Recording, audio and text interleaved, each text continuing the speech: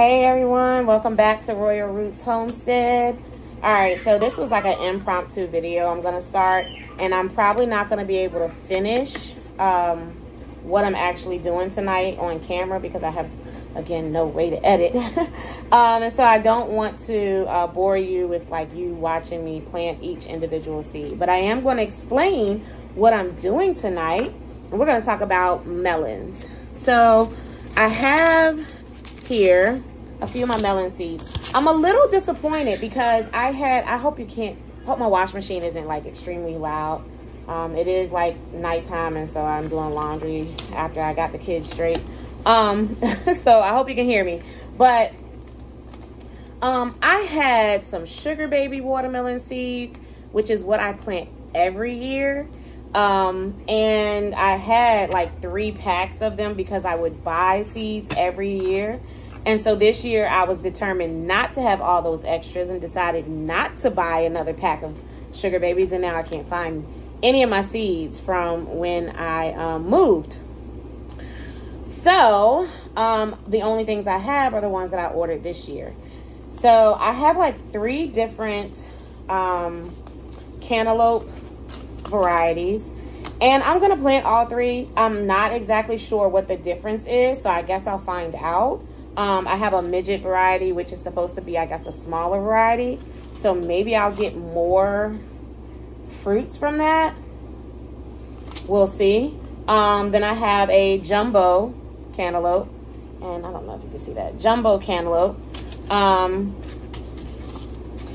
The days to maturity are a little bit different. So like the midget variety, the days to maturity is 75 days. It's on the back. And then the jumbo cantaloupe variety, the days, oh, you can't see it. Anyways, the days to maturity is 85. And then you have a honey rock, which I'm assuming is like the regular size. It says that's a fast grower, about 3 to 4 pounds of fruit. On these. The other ones don't have how much those weigh, so I'm not exactly sure. But this one, I guess, is a normal size, and this is 80 days. So 75, 80, 85 days to maturity. I'm gonna just grow all 3. I'm gonna make sure I keep them labeled so I can know which one is which and figure out which one we like more. And continue to order them in the years to come. I also have a tiger melon, and I am not exactly sure why. I think I picked this one because it looked neat. I don't remember anybody telling me anything about them. It says that they produce very small fruits. It's about a pound in size and has a flavor of banana, lemon, and cantaloupe. So that's interesting. We're going to try this. It's got like a creamy white flesh on the inside, and the outside is yellow and rust red stripes. So it says it's very sweet, and we love sweet melons, so we're going to try that. I also have a green flesh honeydew. Now, I had some other honeydews, but that's okay. We didn't, and this says it produces 3 to 5 pound fruits.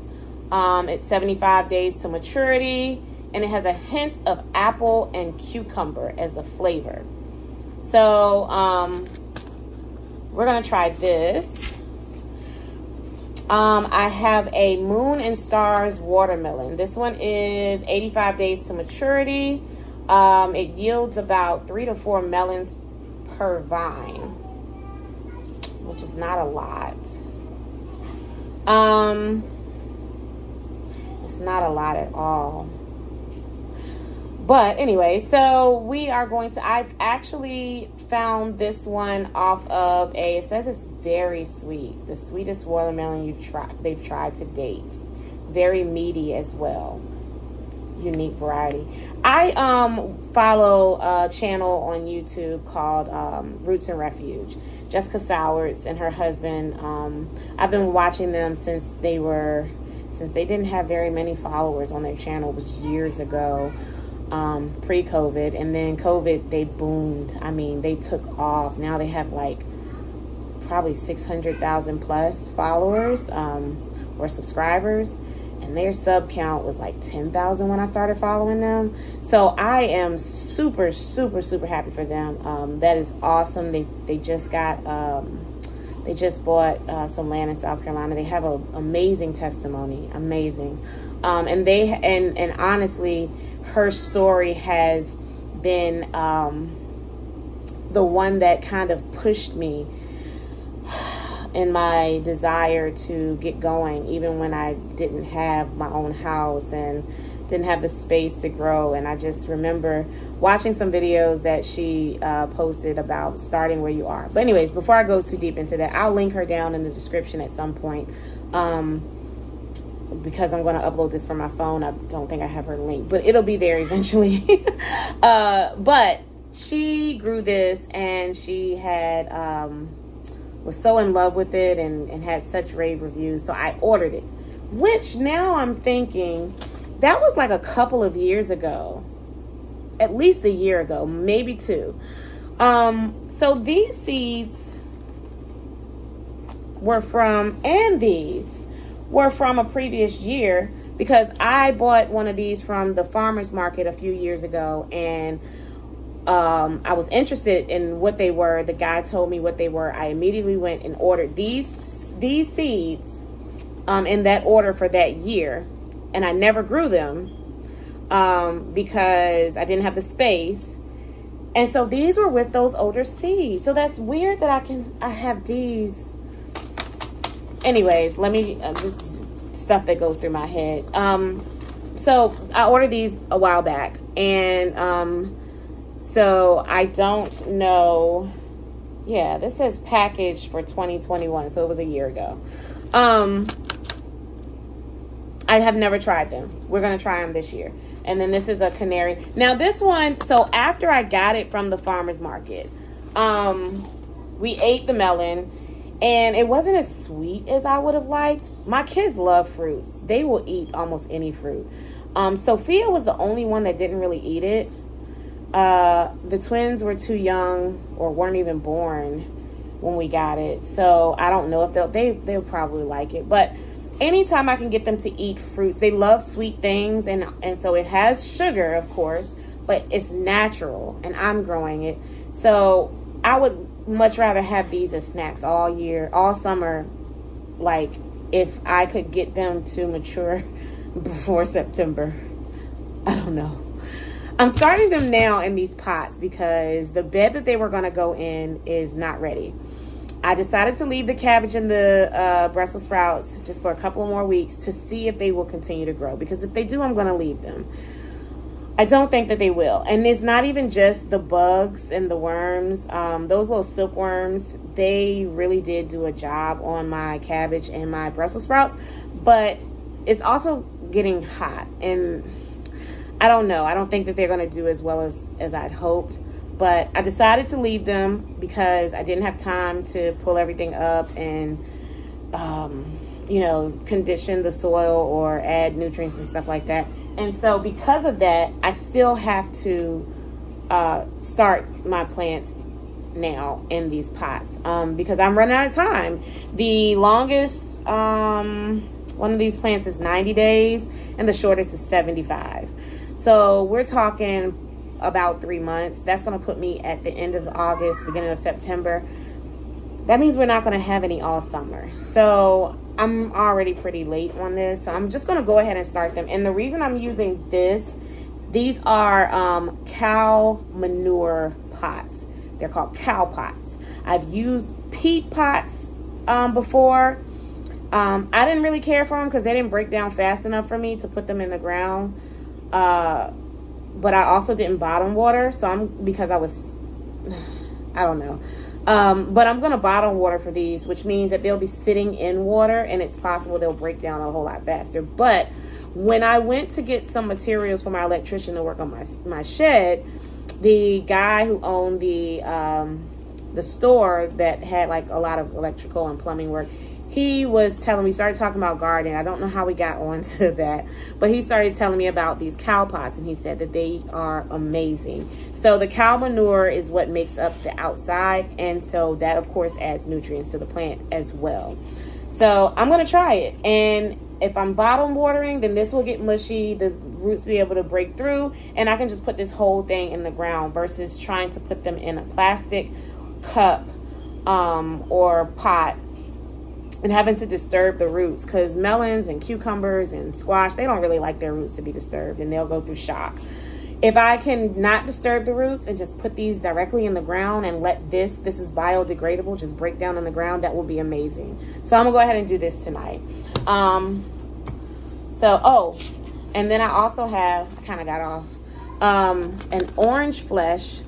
I am not gonna try to butcher this name. It looks Hawaiian and it's very pretty, but it's a sweet glow watermelon, and it has orange flesh, and I wanted to try this so bad. It says that they're very good in taste. Doesn't say too much about whether it's really sweet. It just says that it has a very tasty orange flesh. So we're gonna try this. And then I also have some Jubilee watermelon. So these are the larger 10 to 15 pound watermelons. I've never grown them this big before. They are 85 days to maturity. And what I think I'm gonna do, so I have this 18 by 4 foot bed. I want to get some cattle panels. I still, like all of my associates and friends and stuff that have pickup trucks, they're all busy like me. Like I have a hard time asking people for help anyway, and I really don't want to bother them. So I haven't really reached out yet because there's so much going on and I don't know how many I need, and I want to just do it all in one trip. So I haven't gotten the cattle panels, but if I do, I'm trying to see how many I need because I do also want to plant some stuff in the back of the garden. I'm just trying to figure things out right now. But if I do decide to go ahead and get some cattle panels, I plan on putting, since they come in 16 or 18 feet, I can't remember exactly, I'm going to stretch one long one across the front and one long one across the back. That's if I go and buy some new cattle panels. Now I do have about 3 cattle panels that are like, they're halves.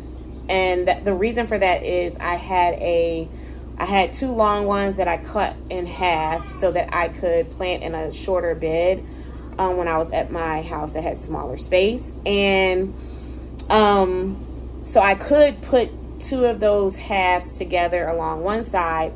And then I was thinking, because these are so heavy, I don't think I'm going to be able to grow them vertically. And I don't know if I mentioned that I'm growing all of these vertically, and that's what the panels are coming in play.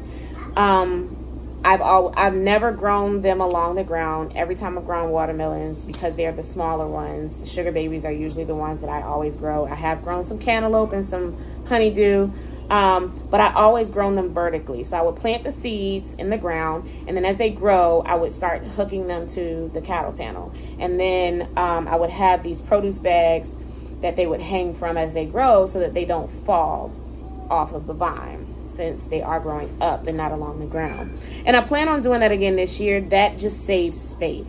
It allows me to grow more in a smaller space versus me planting them in the ground and having to allow space for them to stretch out along the ground. I would have to plant them like 4 feet apart. I don't have that type of space.